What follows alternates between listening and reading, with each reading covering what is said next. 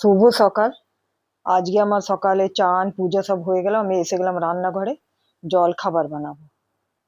তো জল খাবারে আজকে আমি বানাবো পাস্তা। তো পাস্তাটা সেদ্ধ করে নিয়েছি, আর আলু পেঁয়াজও কেটে রেখেছি। এই পাস্তাটা সুজির পাস্তা। তো এটা তাড়াতাড়ি সেদ্ধ হয়ে যায় আর খেতেও খুব ভালো লাগে। তো আমি কড়াতে এবার তেল দিয়ে দিলাম। তেলে আলু পেঁয়াজটা ভালো করে ভেজে নেব। এবার এটার মধ্যে দিয়ে দিলাম হলুদ আর নুন। নুন দিয়ে এবার আবার একটুখানি ভাজবো। ভাজার পরে আবার দিয়ে দেবো পাস্তা মশলা। অনেক সময় আমি পাস্তা বানাবার সময় মশলা দিতাম না, এমনি সাদাই বানাতাম, বিনা মশলারই বানাতাম। মশলাটা ভালো করে ভাজা হয়ে গেছে। আর এবার যে সেদ্ধ করে রেখেছিলাম পাস্তা, ওটা দিয়ে ভালো করে এটা মিক্স করব। পাস্তাতে কিছু না দিলেও ভালো লাগতো, খালি সেদ্ধ পাস্তাতে পাস্তা মশলা দিলে খেতে ভালো লাগে। কখনো কখনো আমি আলু পেঁয়াজও দিই না, এমনি সেদ্ধ করে ওই মশলা দিয়ে।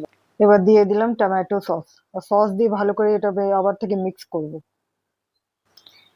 সস বেশি দেবো না, বেশি সস দিলে আবার টক টক লাগে। ভালো করে নাড়াচাড়া করে নিলাম। এবার দিয়ে দিলাম একটু ধনে পাতা কুচি। আর এটার মধ্যে আর কিছু দেবো না, হয়ে গেল সব। দেখতে তো ভালোই হয়েছে, খেতেও ভালো হবে। আর আমি এবার উপর থেকে দিয়ে দিলাম ভুজিয়া সেও।